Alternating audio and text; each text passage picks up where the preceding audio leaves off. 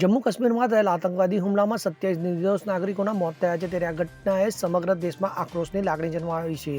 ત્યારે મહીસાગર જિલ્લામાં વિશ્વ હિન્દુ પરિષદ અને બજરંગ દળ દ્વારા આ હુમલાનો વિરોધ નોંધાવવામાં આવ્યો હતો। તો લુણાવાડા તાલુકામાં મહિલા પોલીસ સ્ટેશન નજીકના 4 રસ્તા પર વિરોધ પ્રદર્શન યોજાયું હતું। તો કાર્યકરોએ પાકિસ્તાન વિરુદ્ધ સૂત્રોચ્ચાર કર્યા હતા અને આતંકવાદીઓના પુતળાનું દહન કરીને આતંકવાદ વિરુદ્ધ રોષ વ્યક્ત કર્યો હતો। ત્યારે દેશભરમાં આતંકવાદી હુમલાનો જડબાતોડ જવાબ આપવાની માંગ ઉઠી રહી છે।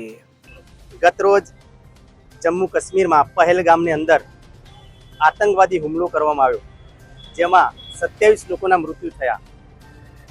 તે દરમિયાન આતંકવાદીઓ જે પ્રવાસીઓ હતા તેમને પૂછવામાં આવ્યું કે તમે કયા ધર્મના છો, તો તે સમયે પ્રવાસીઓ બોલ્યા કે અમે હિન્દુ ધર્મના છીએ।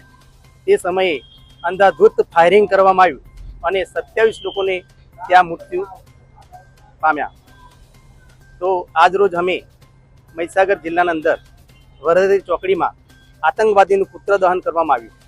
તેમ અમે સરકારને કહેવા માંગીએ છીએ કે આવા આતંકવાદીઓને કડકમાં કડક શિક્ષા થાય તેવી અમે આશા રાખીએ છીએ અને આ મૃત્યુ પામેલ 27 લોકોને શ્રદ્ધાંજલિ અર્પણ કરીએ છીએ।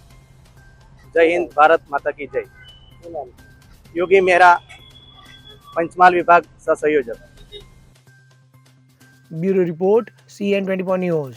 હવે જુઓ દેશ દુનિયાની તમામ ખબરો તમારી આંગળીના ટેરવે। ઉઠાવો મોબાઈલ અને ગૂગલ પ્લે સ્ટોર પરથી ડાઉનલોડ કરો અમારી CN24 ન્યૂઝ મોબાઈલ એપ।